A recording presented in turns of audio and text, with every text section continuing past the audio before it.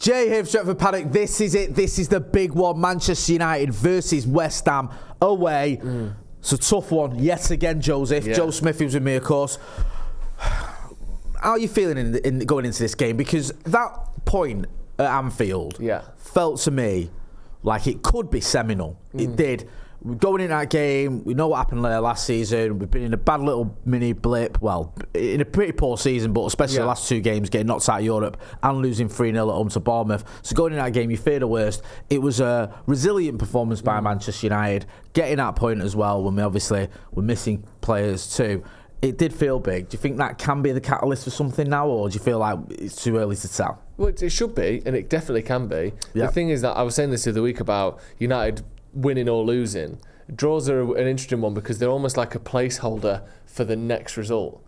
So like, you know, when you go bowling, you get a spare. The next shot you do, you get double the points. So if you get one, the next one, the spare was basically useless. But if you get a strike, then you get in 20. Okay, I quite like this. A draw is like undefeated in X amount of games. Undefeated. However, if United lose this game or draw this game, people will say no wins in 4. And if they win it, they'll say undefeated in 3. Right. Like, undefeated in 2. Sorry. Like it becomes very different. A draw is like, we'll see what the next result is and then we'll attach that on afterwards. So basically, what I mean is we can't let it just be actually 2 points drop there, points drop to Bayern, points drop to Bournemouth, points drop to West Ham. It needs to be the start of a good run because otherwise it'll almost feel a little bit useless. But in terms of morale, it's got to be a massive boost for the players. Because I think there's been this thing all season where, and I've been saying it, every time we play against a good team who attacks, we lose and we concede multiple goals. Copenhagen, Galatasaray, Bayern Munich conceded 4, City conceded loads. Like every time we play Arsenal, we conceded 3 and we were 1-1 in the 90th minute. Like every time we play a top team or a good team who attacks, we just get absolutely pummeled. And that's the first time it hasn't happened. So it's got to mean something, unless this team are just incapable of sort of encouragement and, you know, confidence. But hopefully they can be. I completely agree with all that. I mean, we have been here before, but there's little green shoots there. If you look at that performance, look at some of the players as well. One sort of area which isn't a positive, and you can't look at it and go, oh well, there's something to build on there, is our attack. Horrendous. I mean, while you can compliment the defence for the performance at Anfield, and I think Onana had more saves, even though they were easy saves, more saves in keeping a clean sheet than any United keeper since David De Gea against Spurs in 2019, I believe. On the whole, like, it was a good team performance, but attack-wise, we are struggling. And not just the Liverpool game. There's no shame in not scoring at Anfield, but if you look what we've been doing this season in the Premier League, it's just not been good enough. I think, you know, Rasmus Højlund's yet to get off the mark in the Premier League. I know he's been banging him in Europe. Marcus Rashford has 1 Premier League goal, which is just amazing to me, considering how prolific he was last season. Alejandro Garnacho has 1 goal, albeit one of the best goals you've ever seen. It's still only 1. And Antony has 0 goals, and he's someone who could do with contributing a bit more anyway, especially when you look at what we spent on him. So to have 2 Premier League goals against your 4 main attackers, amongst your 4 main attackers, sorry, it's pretty woeful. It doesn't help your cause if you're Erik Ten Hag, does it? No, it's just horrendous. And it's been a bit of an issue since Ten Hag arrived, really. I know Rashford obviously scored loads last season, but the strikers between them, I think Weghorst and Martial got something like 10 goals between them last season. Antony got 4, 5, 6. Yeah, not great. He scored 3 in his first 3 games. And he scored again for 6 months. Yeah, and I don't quite understand why, and it's something that we need to work out. I think this season is extra difficult on top of any sort of tactical issues that Ten Hag might have in terms of making chances for our strikers. Like Rashford is just way out of form. He just is. You know, Højlund has been hit and miss. Only in the Champions League has he been hitting. Garnacho never really been a sort of a massive goal scorer. Even in his academy days, he was hardly prolific. He'd get goals, but he wasn't like a, you know, you see these academy stats where they're like, they've scored 140 goals in 60 games at the academy level. He was never one of those guys. No, he weren't, to be fair to the kid. And Antony needs to step it up and needs to start, you know, looking dangerous again, because he's been doing sort of box to box. He's looked quite good, I think, the last month or so. You know, defending well, getting out, dribbling out really well, and then he gets into that final spot and he's not finding his striker and he's not scoring himself, and you can't just do that forever. You know, I sit and I sort of try and defend him, or not even defend him, but just say I see some potential there. But if you just never ever score and never ever assist, there's only so much you could. There's only there's a very low ceiling that you can hit, and that's at a team that, you know, either doesn't want to score or has got someone scoring 35 goals for you. But if you're a winger, you have to contribute, and it doesn't. So because you're not even a winger anymore. Yeah. Right. You're not a winger in the sense of Ryan Giggs or Andrzej Kanchelskis. No. You're basically an attacker. Yeah. Like you're almost a striker. Yeah. Do you know what I mean? Like you saw Marcus last season get all them goals. He wasn't a winger. No. He was. I know he did play down the middle sometimes, but he was, you know, an inverted winger or a attacker or whatever you want to call it. Yeah. He's someone who's trying to get his shot off, and that's what Anthony's doing. That's what Garnacho's doing. They're not trying to cross it in for Rasmus Højlund.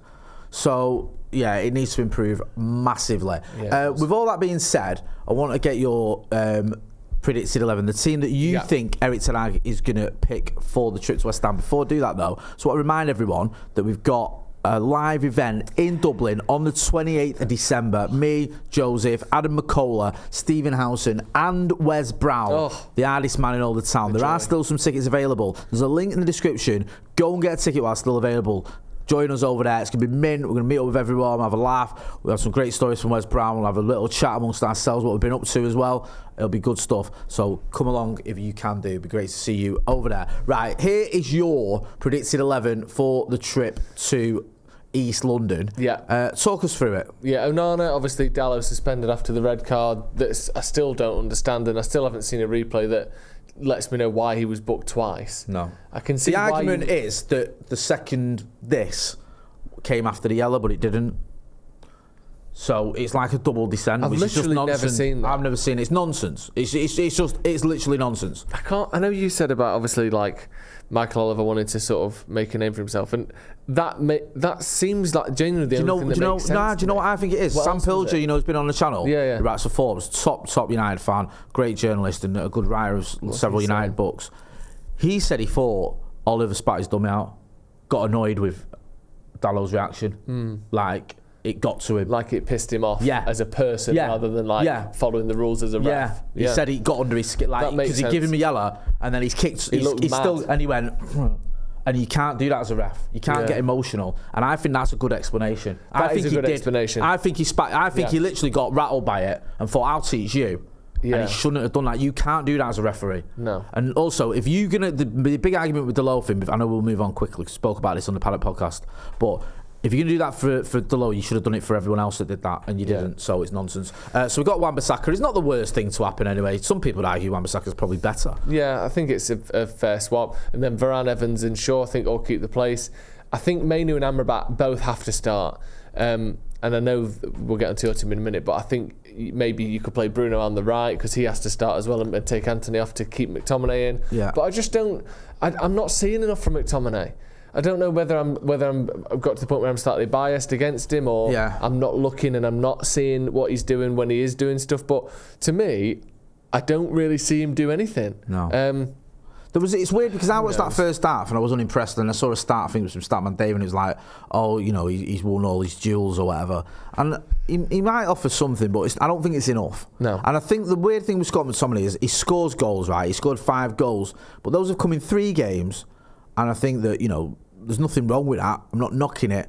But if you're going to play a player who offers you very little else from midfield other than goals, is it enough to just play someone who scored in 3 Premier League games this season? Yeah. It's a bit of a stretch for me, especially when I think there's still big question marks about Sofiane Amrabat. And for me, the big issue is moving Bruno Fernandes around to accommodate Scott McTominay is a nonsense. Yeah. I like Bruno Fernandes where you've got him. I like him nearer to the action. Yeah. I think he's good at pressing from the front. I think he can create and score goals. And I think if you drop him deep to accommodate Scott McTominay, it doesn't make any sense to me. No. But we'll get to my team in a minute. Yeah. This is kind of what Erik ten Hag's been doing, but you think he's going to sort of realise the error of his ways, if you can say that, and play Bruno Fernandes and drop Scott McTominay? I think so, yeah. The only other one I've brought Rashford in. I think Garnacho's been okay. I've not seen a lot from him in the last few weeks, and if Rashford's available again, he's been out for 3 or 4 games now, 2 or 3 games. Bring him in and give him a chance from the start. Yeah, it kind of all makes sense to me, everything you've said. We'll go to my team. It's not that dissimilar. Yeah. I've stuck with Garnacho. I think I'm not sure whether he will or not. He might well drop in for Marcus. I still think there's a bit of a question mark on what's going on with Marcus Rashford. Yeah. Garnacho, to me, always looks a threat. Even if he doesn't, I mean, he's got one goal. But even at Anfield, he did get him behind. It wasn't a good game by any stretch. Yeah. But he's still... I still have a little bit of belief when Garnacho gets on the ball. And Marcus, it's been a bit up and down this season. I've not always had that. I've gone with the same back five as you. I think he's going to stick with McTominay. If it was up to me, I'd do what you've done. But it's not. This isn't my preferred. This is predicted. So I've got Bruno Fernandes on the right, which again, it's moving Bruno Fernandes around to accommodate Scott McTominay. I'm not a big fan of it, but I think the manager will do that. Yeah. I think you have to play. I know Kobe Mainoo's 18, but he has to play for me, and so does Amrabat. I think them two together works well. And I know it's against Liverpool, but I think even against West Ham, you need to go with that. Let's talk quickly about West Ham. Hello, is that West Ham? Jared Bowen's been doing well in the league. They've been doing all right. I think you can see there. They beat Wolves. They did have that horrendous game against Fulham. Beat Spurs, which is a big one. Drew at Palace and beat Burnley. So decent little run there. Yeah. Obviously, they've got some players that can create in Koufal and Ward-Prowse, who loves a dead ball, doesn't he? Yeah.